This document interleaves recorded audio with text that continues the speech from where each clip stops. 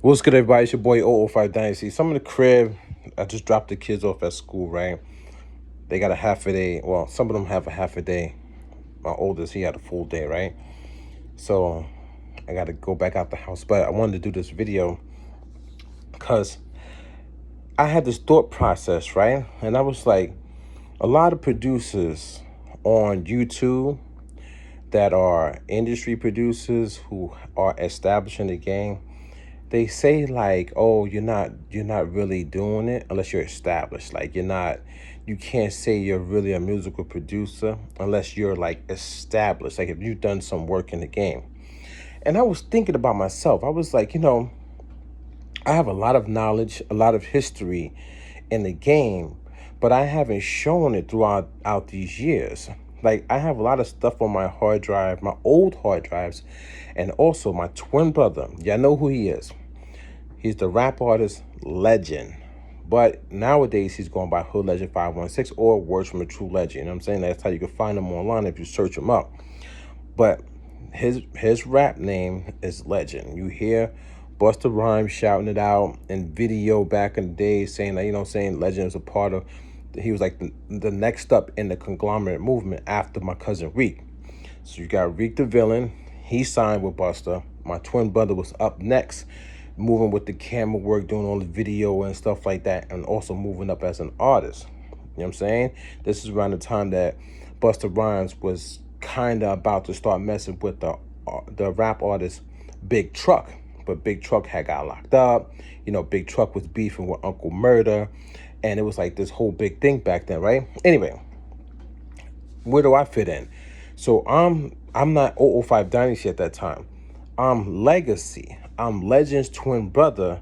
You know what I'm saying? I'm the person who's helping him. So I'm helping him with the graphic design.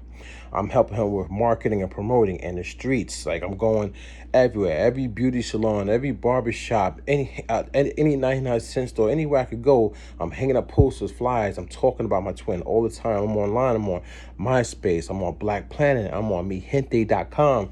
I'm on AsianAvenue.com. I'm inside of forums, threads. I'm just talking. I'm talking. I was that guy who was just talking up Legend, right? So, we're doing it though. Like we're in the streets. Legends recording music, either freestyles and songs, and he's going to do shows. He's on mix CDs the mixtapes, mix CDs back in the days. Big Mike, DJ Cool Kid, DJ On Point, like DJ Mello. Like he's doing it. Then eventually he wound up doing his own DVD, which is similar to the Smack DVD, the Come Up DVD, Real Talk TV. You know what I'm saying? Then we had what Legend had, Hood Legend DVD. So and that's another way that we were in the game, grinding, going all over the boroughs, everywhere, mad places, and even out of the boroughs. You know what I'm saying? Jersey, just filming people. Pistol Pete, like arsonists from the Heat Makers, Ron Browse, even when Ron Browse, Ron Browse, Eat the Boy, like Legend's he's a Maserati Fox, like Legend was everywhere. I think he might even got stacked bundles if I'm not mistaken. I can't remember. I think so, but anyway, so we everywhere. Got all his Michaels on there, got Rico on there, like. So now we're in the game, like so doing music, doing the DVD, you know what I'm saying, the mix CDs, everywhere. So Legend's like building up a name for himself, building up his name for himself, and then, we're doing a thing. So the producers nowadays, you hear them say it on YouTube, oh, you gotta be established, So I was thinking to myself, I'm like, what? Am I established or not? You know what I'm saying? Like, I think I'm established. So I was like, well, I don't have a major placement. But when I think about it, right? When I think about it, a lot of people don't have major placements. It's but so many major placements out there. But does that mean just because you don't have a major placement and that you have not charted on billboards that you're not an established artist or an established producer? I mean, I know there's tons of producers who did probably like 500 beats for like 50 different artists, but they've never charted. But aren't they established because of the work they put in, the grind they put in? Even though then they become famous and successful and be all over YouTube and all over BET and MTV and all these different shows and stuff like that. I think I'm thinking people are established still, even if they're not like celebrity status. I don't think people have to be celebrity status to be established in the game. So I was thinking, I was like, all right, so what have I done? Right? What have I done that would make me like an established musical producer? And I was like, okay, I've worked with artists on multiple levels where it comes to like just entertainment. So from the graphic design to music videos, editing, directing, and you know what I'm saying, filming it, actually directing, filming it, and then editing it, and then giving them their product, right? I work with them with making beats, but also coming up with song ideas, helping them write their verses, or helping them with the chorus, or just talking with them as I'm making a beat, and they say, "Oh, can we put this? Can we do that?" And I make the changes and stuff like that, and then send them on their way. So when I did this, I didn't do well. When I helped my twin brother with his street album, though, that is something that I could sink my teeth into and say like that's a form of establishment, because in all reality, back in the days, if you wasn't signed to a major label, you was dropping a street album. And if people purchase that, well then that is goods. That's an asset. That's goods of service. No matter if it has a UPC code attached to it or not, it's either you getting it documented by the government so they could tax it, or you just getting it documented by selling it in the streets with no tax, but it's still a sale. A sale is a sale, right? So I worked with my twin brother on his first mix CD and then his album. Now, the album, I didn't make any beats on because the manager at the time, Legends manager, made a deal with us that he wanted to produce the whole album. He wanted to be the main producer, like for every beat. I didn't like the idea. I'm not gonna hold you guys. I didn't like the idea because what happens is then the sound could become very repetitive, and I also wanted a beat or two on my twin brother's album, and that's the crazy catch to it. When you don't have money to fund yourself, and you have to depend on other people, and they make these weird deals, that's how things, yeah, they could go sideways, and that's the crazy part about the music game. And the thing that was so crazy about that deal was, we accepted it, you know what I'm saying? And my brother came out with the album, and, there was a lot of famous people who did drops on the album. They were shouting Legend out, famous people, you know what I'm saying? And then a lot of famous people came down to buy the album, right?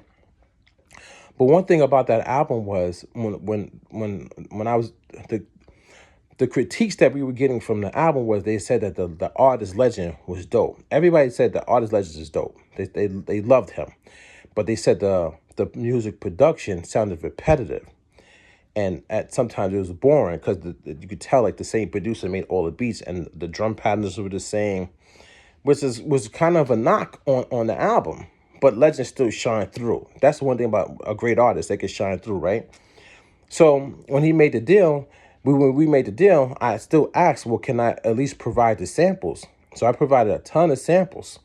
So I'm on the album credits for Legend's album called The Next Level as the producer who provided the samples for, and it says the tracks and it says my name, which would make me an established artist in the game for creating helping to help creating an album. I did. I helped create a musical album. Like it was album, man. And one of those albums that you would hear back in the days. It was one of those. It just didn't have a UPC code on it. We wasn't moving like that. People back in the days weren't really business savvy. You know what I'm saying? If you didn't have a record label, they were the business savvy people. But if you was in the streets, you were just moving streetwise.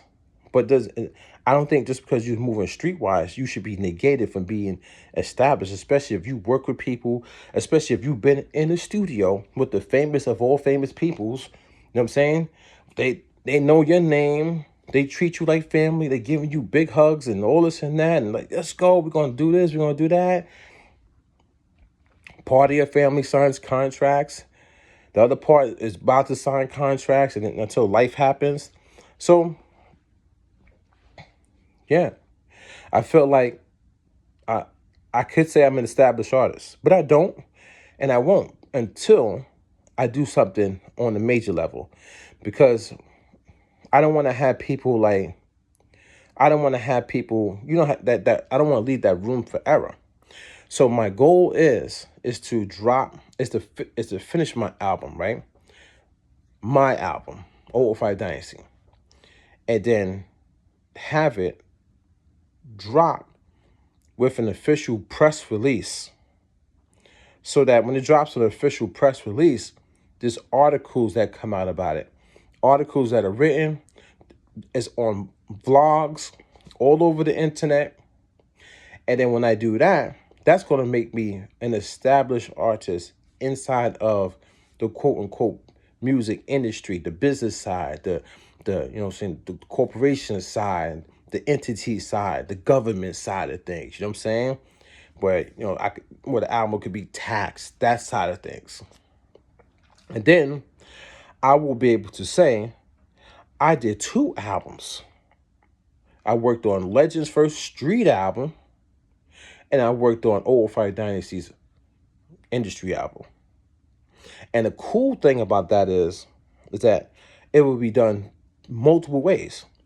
So the first way is providing samples. So the album is mostly samples, right? It's sample beats. So I did it the sample way. Whatever input I provided, given the sample. I didn't get a chance to chop up those samples and make beats. I wish I would have. I would have been able to, because the beats would have been different. You know what I'm saying? I hear samples different from the guy who did the beats. You know what I'm saying?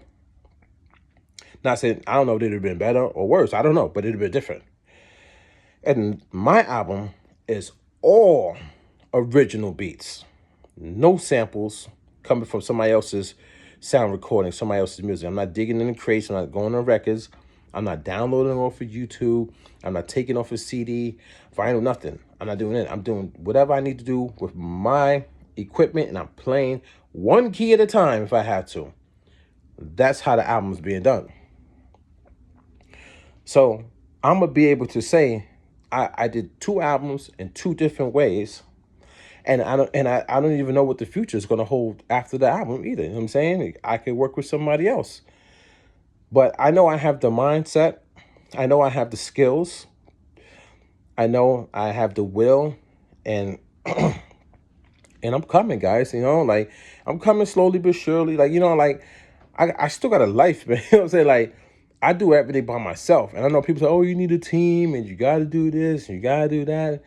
And, that's all good. That's good talk and stuff like that. Like, work with people, blah, blah, blah, blah, blah. No. That's talk in a sense of like, if this was a perfect world. This is not a perfect world. I've worked with people and I thought people were legit. I trusted people, just to come and find out that they're not really who they say they are. Deep down inside, a lot of people are not nice people. Like me, I'm not going to sit here on camera and say I'm a nice guy. I'm a straight up guy. I'm a realist type of a guy. Like, I'm just like, I don't care. You know what I'm saying? Like, I don't really have like those heartfelt emotions. Like, I'm just whatever. You know what I'm saying? I don't really care. So I'm not going to sit here and say like, oh, I've been a nice person throughout all this time. But what I do know is that these people online, they put up one face, but it's really another face. And I learned that when I trusted a person, man. I thought this person was like, you know what I'm saying? So like just that type of a person. And when I found out that the person went behind my back and tried to like derail me and was, trying to get me up out of here. Like, I was like, I couldn't believe that. And then tell the person that they're talking to, like the big time person that person is, you know what I'm saying? Like, yo, oh, keep it between us. Can you just keep it between us? Like, that's crazy, man. Like, that's like on so many levels crazy, man. Like, wow. You know what I'm saying? So anyway, I don't trust people, man. I don't trust. I will work with people, but I won't bring them inside my inner circle. I won't. I'm not gonna trust them like that. We could do business, and then we can keep it moving. So if people want to work with me, I'm down to work, and I feel like you should have the same mentality as well. Have the same mentality at when you think about me. But yo, I would like to work with him. You know what I'm saying? And we could do business, and we could make music and stuff like that. But don't get your feelings caught up in emotions and stuff like that. We have to learn how to snatch away those feelings and emotion and attachment, because that's when things become bad. Keep it business, and it will flourish together. So, yeah, man. I did a street album. I worked on a street album. I helped out. You know what I mean? I also did Ledger's first mix CD. So that one, I had a lot of input on that one too. And then, you know, I'm actually on his third mix CD, which is called The Curse. I'm on it. So I did a verse, a 16-bar verse. So that's coming. I believe that's coming this year. Actually, it's going to be like a street mix CD though, so it's not going. It has a lot of samples. See, that's the thing about those samples, man. They stop you from putting out projects. I would love to put Legend's first album on like a distributor, but can't do it. It's too many samples. So maybe one day when I get around to it, I'll put Legend's first project on my website, and people can go on my website and listen to it. Or I'll put it on SoundCloud. Because you know how people, they tend to go to the websites that they're comfortable with, right? I get it. I was making me some tea. So, yeah. So, yeah, I'll do that. And then I'll probably put some of my old instrumentals on SoundCloud. Because I don't have a lot of music out there right now, guys. Because I deleted my music off for these distributors. Because the distributors, they're crooks. DistroKid, all of them, they all crooks, man. We shouldn't have to go to a distributor to put our stuff in the stores. This is 2025. The system is forcing a middleman. They're forcing it. I have a computer. I can literally upload a WAV file to a website. They're forcing a middleman because they're all crooks, and it's a system designed to keep us down. Most of us won't make it, man. It's planned that way. They have their core. They have their core people that's making them money. They're gonna keep them on the people that's on the majors. They're gonna keep them hot, keep them making money. So I took my stuff off of those distributors, and then also a lot of people were telling me that my sound wasn't good, and when I went back and listened to it, the core fundamental, like the foundation of my songs was good. But the sonics and the mixing, that was bad. So when I started to listen to it and understand what they were saying, a lot of people say it's bad off of hate. They won't say bad and tell you why. They won't give you like an explanation. They just say, "Oh, you garbage, you bad." Like the one producer over in California that made a video about me, but he never said my name in the video. So I didn't get a chance to say I can't come at him or go back at him in a video or just because I was out in Cali. You know what I'm saying? Like I can't say nothing because he never said my name. But he got mad because I was tagging him in my videos going at other content creators. You know what I'm saying? So I was putting at him, because in his videos, he seemed like he was going at these content creators. So I was just tagging him to show him like there's more people who have like-minded opinions about these content creators. He got upset and he started like dissing me. And then all these other producers that used to mess with me jumped on his bandwagon and started to like trying to derail me behind the scenes. You know what I'm saying? So yes, the game is kind of crazy, guys. Yeah, this game is kind of crazy, man. I'm tell you, man. But anyway, this is a scratch off. Get my cup of tea. Well, I'm gonna actually do some hot water, guys. Sometimes you need to drink hot water to flush your system out. Well, it's not hot. It's like warm. You need to flush your system out, guys. So I'm gonna have some hot water and probably have a little tea later. Get a little of this water in here. Woo! Drink this, flush my system out. Probably have another cup. Drink some hot water, guys. Learn from the Asians. They smart. Some of them, but a lot of them. But yeah, so guys and girls, man, your boy Old Fight Dynasty is coming. I'm working. I got this beat I'm working on right now. It's crazy. And I was listening to music. I was listening to a lot of music lately, man. A lot of music, man. And I've noticed something about music, man. I've noticed something about producers, artists. I feel like they're tone deaf when it comes to progression. I've noticed that artists and producers are tone deaf when it comes to progression throughout a song. I've noticed it.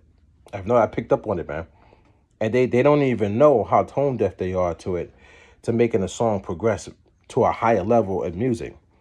And that's why it takes me a little bit longer with my beats, because I could literally make a beat just like you. Simple, right? Even if I do it original, I can still make an original loop with all these different textures and elements. And when I glue it together, it'll sound like a dope loop that I might have sampled from like a movie or something like that, right? But what I'm noticing is like when I make that one loop, I feel like the beat is done already, but I know the beat's not done. Because the reason why I feel like the beat is done is because that's what everybody else does. They get one loop, and that loop, they're done with the beat. Now, what they try to do with that one loop is they try to manipulate that one loop to do different patterns with that one loop. If you get what I'm saying. So if the loop is like boom, boom, boom, boom, they'll take that boom, boom, boom, boom as the loop, and they go boom, boom, boom, boom, boom, boom, boom, boom, boom, like, and they're hitting the pads trying to come up with different configurations of that loop. What I notice is and then they add hard drums, hard snares, triplet hi-hats and all that stuff, right? And then they got a beat. They might add a vocal sample and they got a beat. But what I'm trying to tell you is the way I'm doing music production is I'm getting my one loop, which is like a 4-bar progression, okay? And then from there, I'm moving on to the next loop that will go along with the first loop. So I'm not trying to manipulate that one loop into micro chops and stuff like that. I'm building a song with loops so that now the song can progress out of that one key, that one sound, that one like tone. So I'll do like the song I'm doing right now. I started in F major. So F major, triad, right? But then my next 4 bars, so the first 4 bar loop is that's the core loop, right? Coming out of that next 4 bars, I need to change the key. So maybe to I think it's B flat or C major. That's like the relative keys, I believe. If I'm not mistaken. So I changed it now. When I change the key of the song, it might have the same melody, like same progression, right? That I played out in the first 4 bars. But when you change the key of the song, the pitch either goes up, it goes up a semitone, down a semitone. It's going to change the tonality of the record at that point in the record. So now let's say if it's at the bridge, or let's say it's the chorus, or let's say it's the second half of the verse. Because verses are 16 bars if you're doing it the classical way.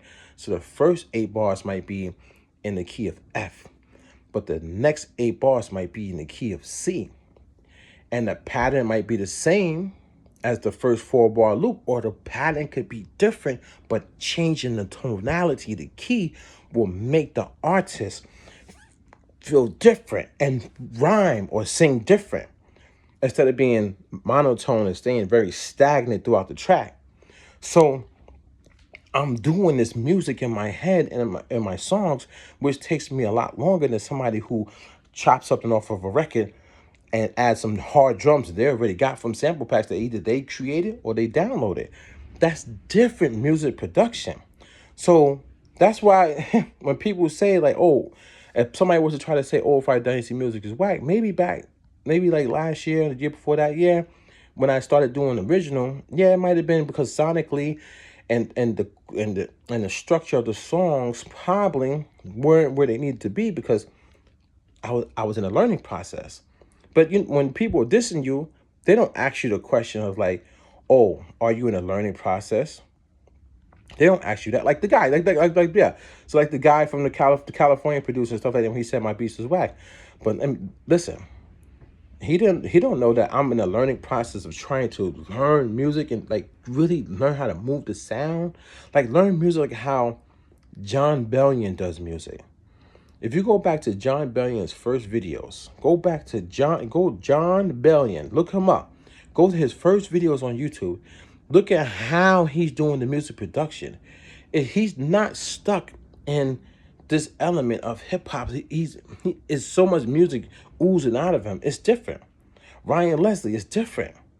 So as I'm creating my album, Gang Gang Dynasty, I'm trying to be like out of this world musicality flowing. You know what I'm saying?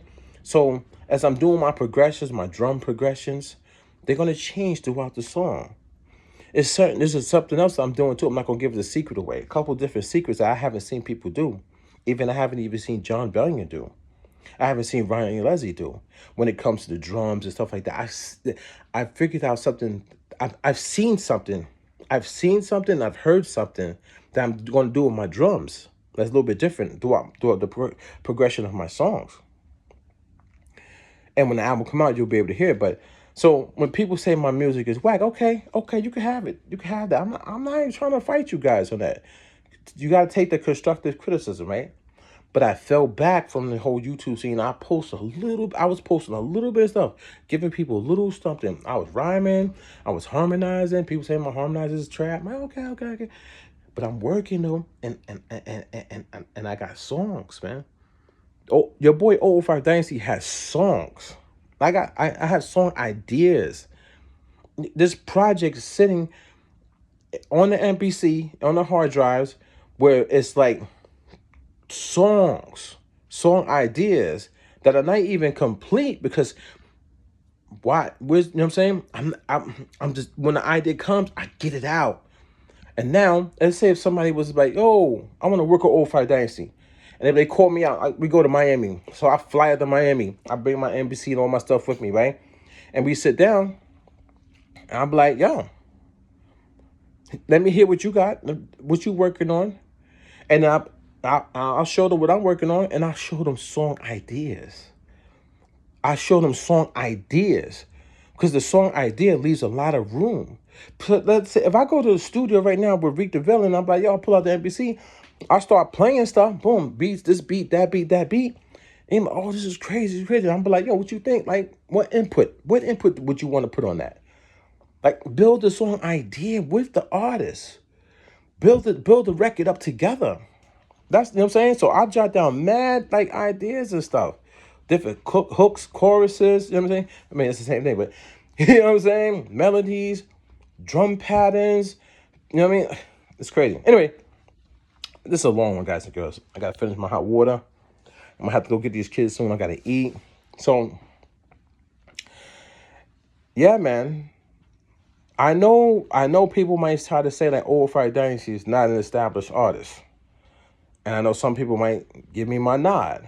But I'm going to put the finishing touches on my career. I'm going to do that.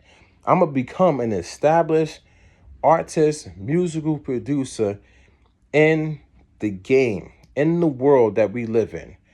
I will be in the history books. I will have like a Wikipedia and all that. I'm almost there anyway. I'm almost there. You Google me.